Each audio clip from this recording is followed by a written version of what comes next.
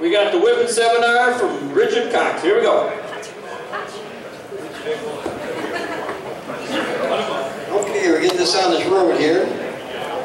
Well, the first thing we're going to talk about is how to anchor the boats up. That's one of the most important parts. Get your heels in. Ready? Go ahead. Okay. Usually Joanne's with me. Of course, she's a little incapacitated right now. But usually when we anchor the boat up, we use a dampered anchor. And our dampered anchor will probably hold a boat anywhere from, like from 17 to 24 feet. And we use a chain, at least a 5-foot chain. These have about at least a 5-pound weight on it. And when Joanne gets to put the anchor down, she'll let go of the anchor, and we'll have 75 feet of line. We'll hook up, we have 2 of these spring links, they call them. We'll hook this one to the bow of the boat. This one will be hooked to the cleat of the boat, because if you're ever lost here, your anchor's gone. So we're always hooked up in 2 different places. And these are real easy to hook up. You just flip it here and you can hook it right on the bow eye. And also on our cleat, we have the cleats that, you can push down into the gunwale. They don't disappear, you don't get caught in your nets. But she'll let go of the anchor and the rope would be coiled in front of her.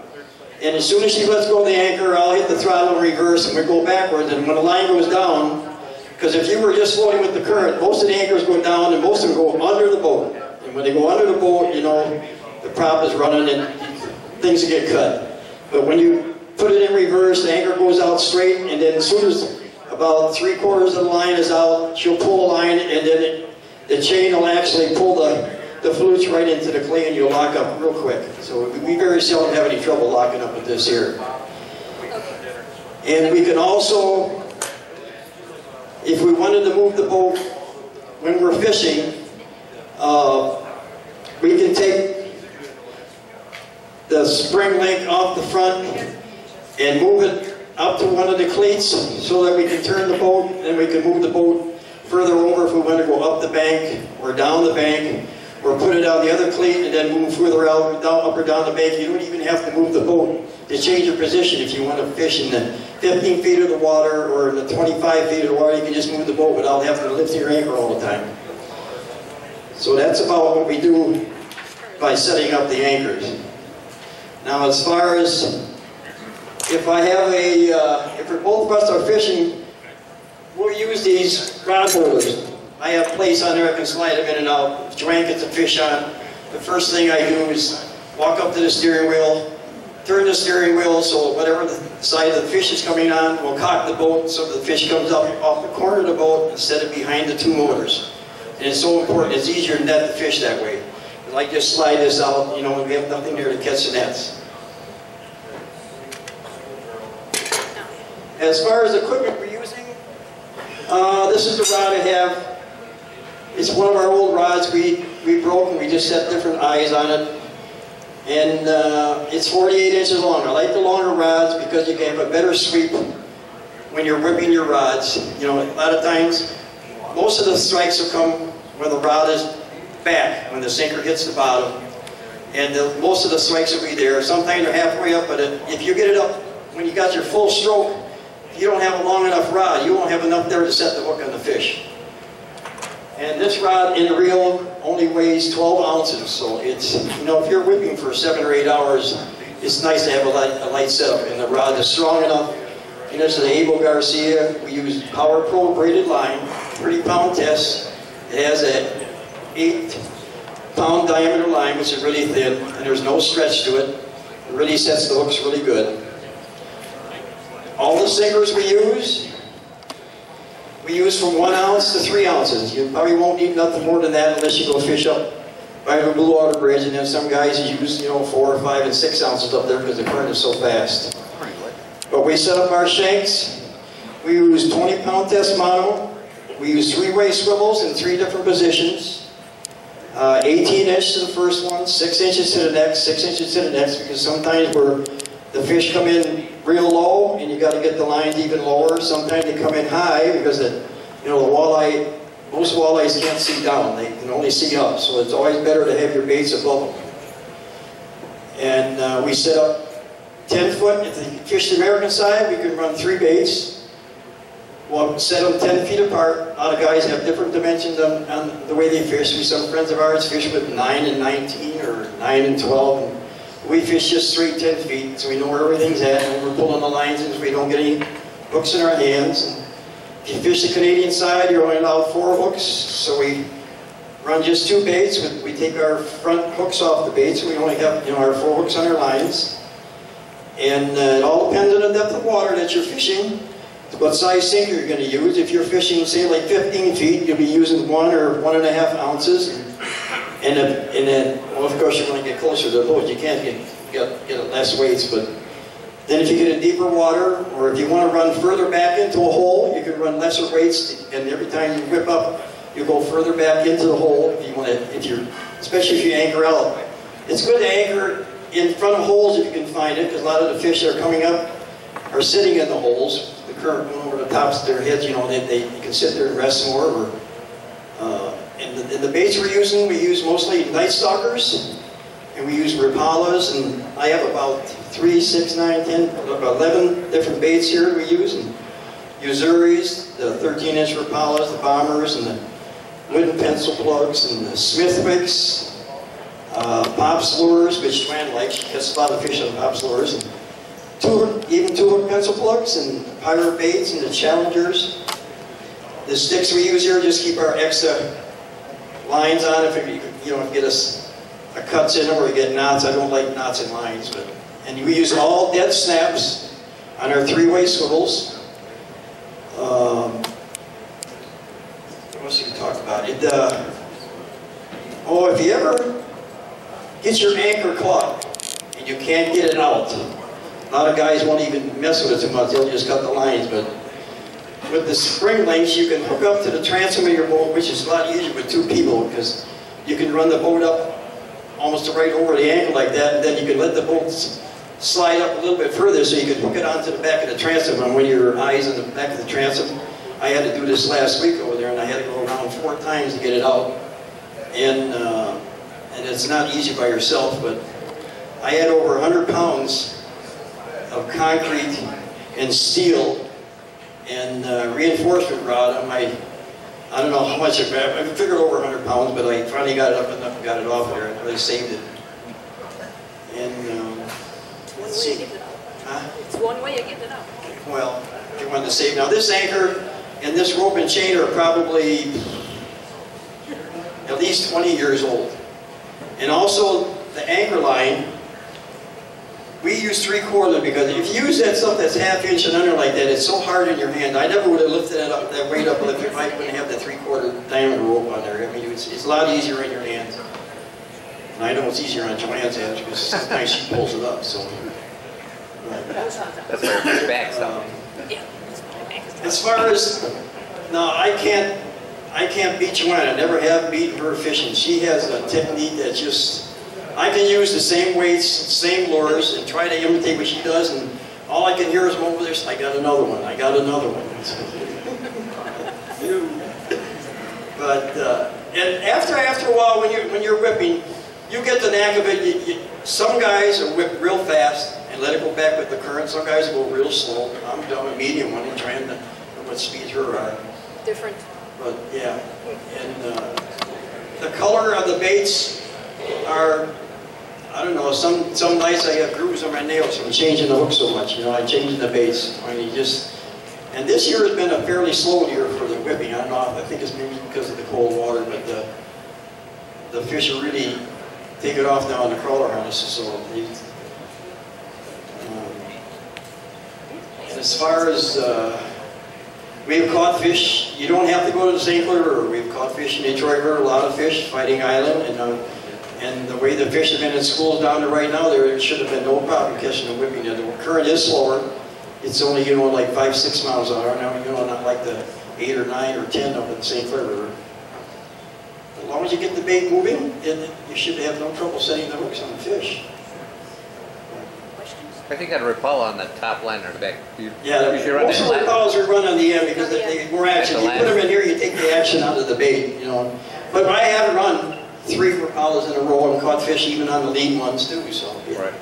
they'll still bite on it too. You whip at night strictly? So is there any other questions? Rich. He had one. You whip at night only? We have seen guys whip an hour before dark, and we do get fish, I would say an hour before dark, especially when we use a lot of baits that are chrome. It seems they put on the chrome baits more than they do when it gets dark. In the dark, they go to the more of the pearl colors, you know, the stuff with brighter colors. But I don't know, too good on chrome, especially chrome and blue. So that's been a good one. The other side. Question? Yeah, most of those lures come with 3 troubles on them. Right, most of them do the bigger baits. When we take off, because we fish so much Canadian water, we're only allowed 4 hooks on 1 rod. So, and they count every hook over there. On this side, they only count the bait as 1 hook. So that's why you can run more baits on this side. So.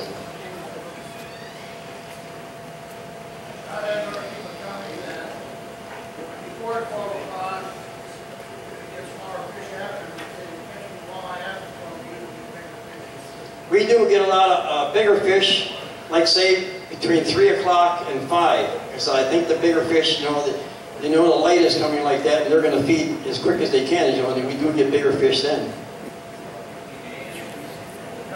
And they're a lot harder to crank in, but still have more fun with it. When you clean the walleyes and you open their stomachs, do you ever notice what they've been eating? Most of the time they have nothing in them. You think those spawners now they're all done, you think they'd really chow down and be baits in them. As the colder the water is too, when they feed, it takes longer for them to digest their food too, and you should see it in their bellies. But during the summer months when the water's up 70s and like that, they can eat a fish there and within a few hours it's all gone. It's digested that quick. Their metabolism is really, you know, fast.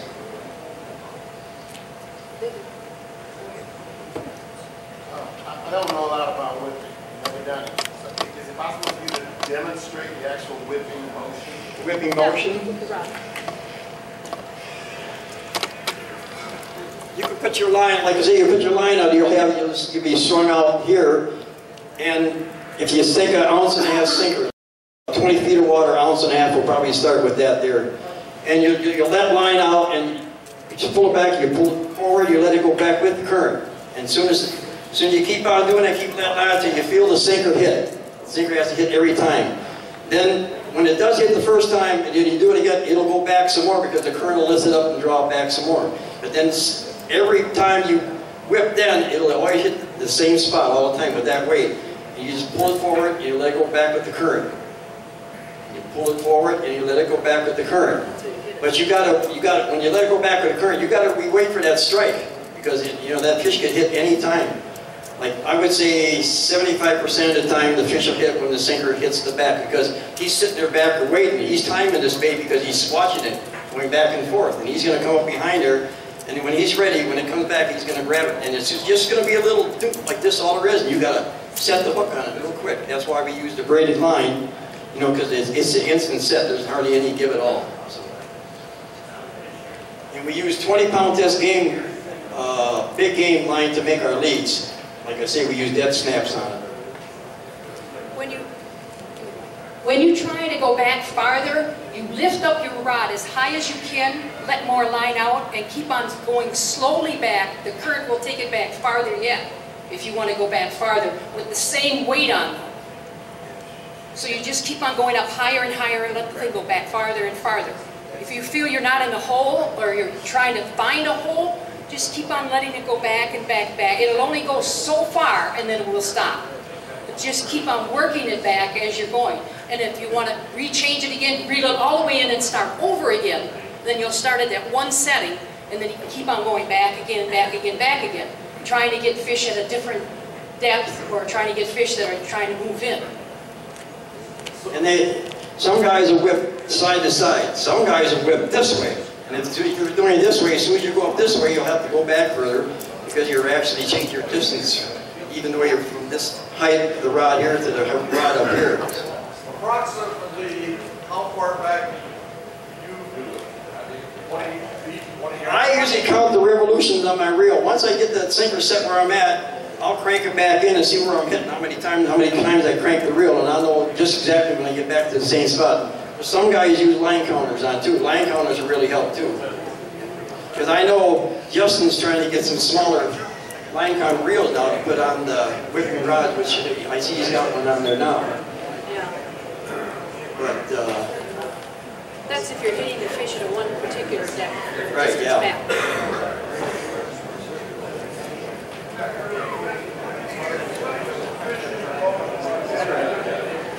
It all depends on the size of the fish. Another time when you're pulling up the thing, you should have a spot to put your baits if he's not on the first hook. You should have a spot to put that there so you're not leaning over, you're going to lean into that hook.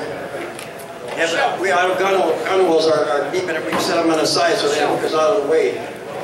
Then you can, if he's under 4.5, 5 pound, you know, you can just flip them in. But if they get over 5 pounds, then you got to use a net because you know they're gonna be all over the place. And sometimes, even when you got the boat cocked in the back, to get the fish to come off the corner, sometimes those fish are very stubborn. They'll just, the more you pull them, the more they go to the other side of the boat. I mean, then you got to get over the other side. Then we, like I say, I'll pull the rod holder off on Joanne's side if she's got a fish on over there, and I'll crank the wheel so the boat cocks this way here. And sometimes it goes to the other side, but most of the time it'll come off that corner. That's where you want the fish. It's easier than that. Carl? On the 3 plug set up there, which of those 3 plugs produce the most fish? First plug, second plug, or third plug? The end one. The end one. All the time the end one? Yeah, because he's coming up there, and sometimes that fish will look at that bait, you can mesmerize, you sit there and watch it like that. He won't, and if the other one's 10 feet away, he'll probably see it, but he's worried about this one back over here. And most of the time it's this one here. That's why if he's going to hit on a chrome one or something like that, if you don't have it here, then put a chrome one up here, and then you'll get 2 fish to come in. And we have had, you know, 2 fish at one time. Never 3 at one time. A lot of times doubles be on at one time. Jerry. As you let your line out, rip this, goes down, say you let out 100 feet. Decide that If you get that far. if you get to 6 litter. Okay, now you decide to let it enough out. You just reel it all back in, fish it, whip it. Bring it in, whip as you come back to it. No, because then you won't be on the bottom. Once you come off the bottom and you bring it even like 10 feet, you won't even be down near the bottom.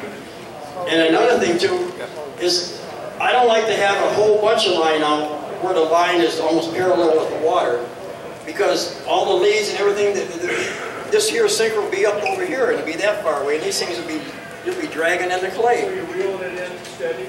I reel it all the way in steady when you're going to check it. This year we had a lot of this stuff out here. It's called like snot.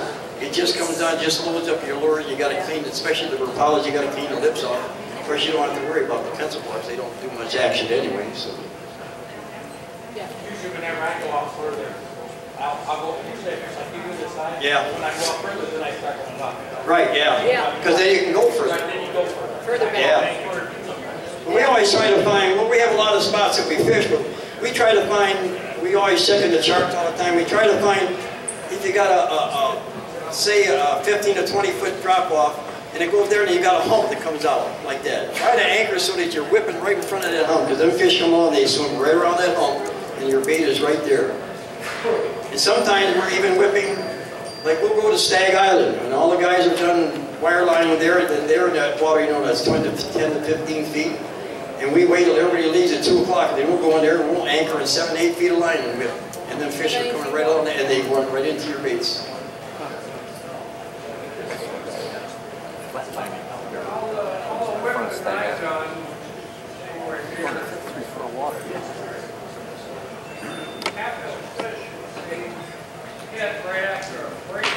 Oh yeah.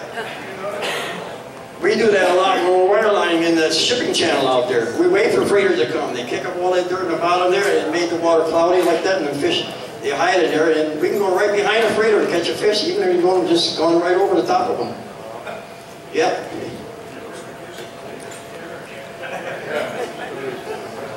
That's it? That's good? Yeah, I guess that's it. Yeah, I guess. Now I got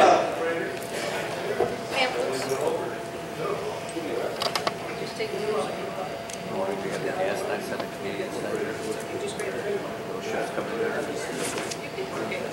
I made up a bunch of papers. I've got 50 copies here.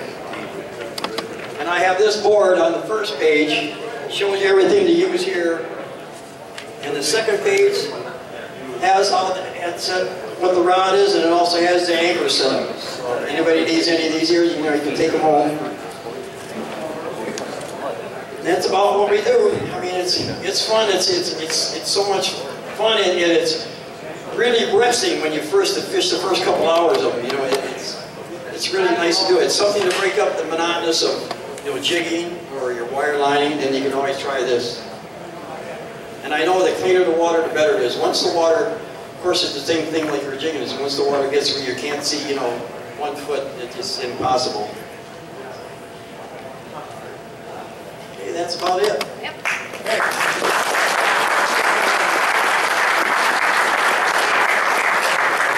Can I get one of them sheets? All right, thank you. That's a lot of years of experience talking to you right there, so hopefully some of you young guys picked up on a couple tips here and stuff.